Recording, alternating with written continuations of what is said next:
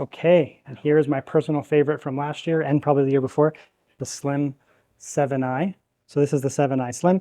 You have two different models here. It looks like it's coming in white this year, and it's also coming in the traditional kind of gunmetal material, the same that they had last year. The white one is quite nice. So we have two different options here. This is going to be the 3.2K screen, which I was a big fan of last year. And then, of course, we do have the 1600p screen as well. The 1600p screen is going to have a 240 hertz refresh rate. You're going to be pushing here with a 4060, for example. So you may want to go for that if you're going to be doing serious gaming. You're going to get the high refresh, but you're also going to have a little bit less demand on that GPU as well.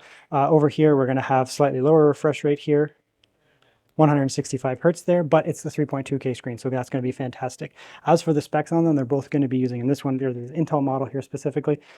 You're going to be getting the Core i7. In this case, it's the 14700HX. So as expected from last year, just basically beefed up by one. So you went from the Core i7 13700, now you're going to the 14700, so you're specking up by one.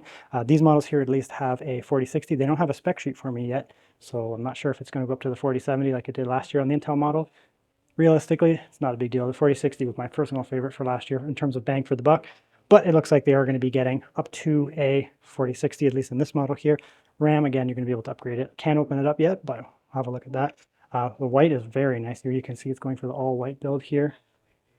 It's kind of almost like a ceramic soft touch. Very beautiful. So we already know what my favorite laptop is going to be for aesthetics, at least. You have the white, and then you have the contrast with the brushed metal around. The exhaust is different here. You can see on the back here, very similar to some of their other laptops this year. So it does have that new thermal solution, which I can't open this up, but there is going to be an exhaust coming out here, out of the center there. So the primary exhaust is going to be heat out there, coming out here. Obviously, the intake is going to be there and there. And rather than mixing up the heat and the cool air there, it's all going to channel in like that out here. So you do some I/O on the back. You can see there, like I said, you're going to have HDMI, which is the important one to have on the back because you get your HDMI out to your screen. I don't like when HDMI is on the side. And then, of course, you do have your power in. So the primary ones that are a pain in the butt, power in and HDMI, are going to be coming out the back. It does have to make room for that vent there. Nice thing is, though, you're setting this on your lap, you're going to get some exhaust out of here, but the primary heat is going to come out of here, so away from you, which is nice. But then you don't lose any of the I/O. So you can see there on the left side, you do get the same as last year. Dual USB-C. These will be Thunderbolt 4 in this case, headphone in. And then on the other side there, you get another USB-C, and then you get the SD card as well. USB-A at the back.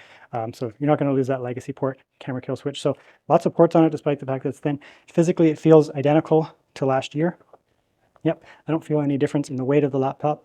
We all know that this is my favorite to the point of being my daily driver last year. But then, of course, we do have that really beautiful ceramic touch there. If you're not into white laptops, which is also nice because it doesn't actually show fingerprints that much. It's been handled a lot today, and the fingerprints are pretty low. And then, of course, we do have the traditional kind of darker one. It's actually slightly darker than last year. It may not show up on camera, but slightly darker than it was last year. This one here has kind of a darker gunmetal that you got on the Pro last year, the Pro 5, Pro 7.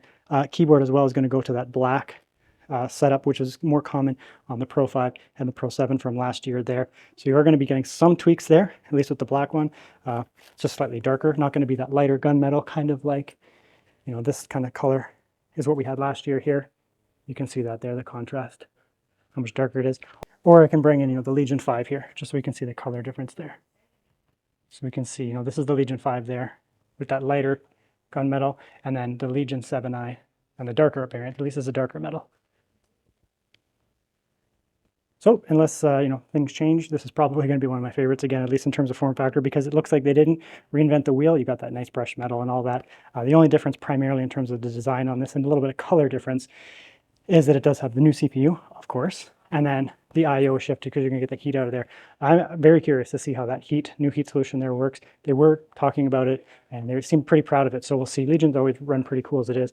And so, this has the big 14700HX in it, so we'll see how this cools here. Should be pretty good there. But, right off the bat, that white model is looking real nice.